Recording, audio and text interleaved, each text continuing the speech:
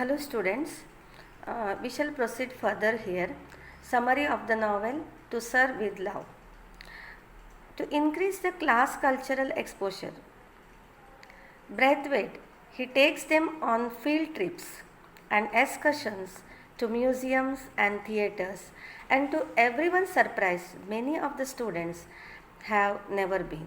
Means earlier they did not visit these places. Means to increase your knowledge or to get actual experiences, practical studies. Students should be taken to the museums and theatres, and field visits are more important one. A white female teacher, Gillian Blanchard, accompanies the class on these excursions. This marks the beginning of a friendship between Blanchard and Braithwaite. Similarly, Braithwaite's relationship with his students is tested many a times.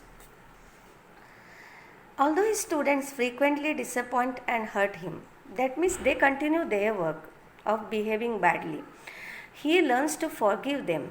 The students constantly surprise him with their maturity, empathy, and knowledge. That means his relationship with students, it was not good in the beginning. And if you want to succeed or anything, if you want to achieve, you should have a lot of patience. Students may misbehave, students may behave abnormal, but it's our work to correct them. Another facet of the story which greatly affects its narrative lies in the heavy history of colonialism. You know that colonization, British colonies, American colonies, you might have read in history also, its dark consequences, mental and physical trauma that increases Braithwaite's hatred and wrath for the British. You know that British conquered many of the countries before 200 or 300 years ago, and they totally exploited these nations.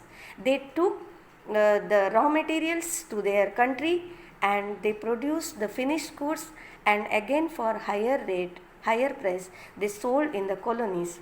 And they exploited politically and linguistically and culturally also.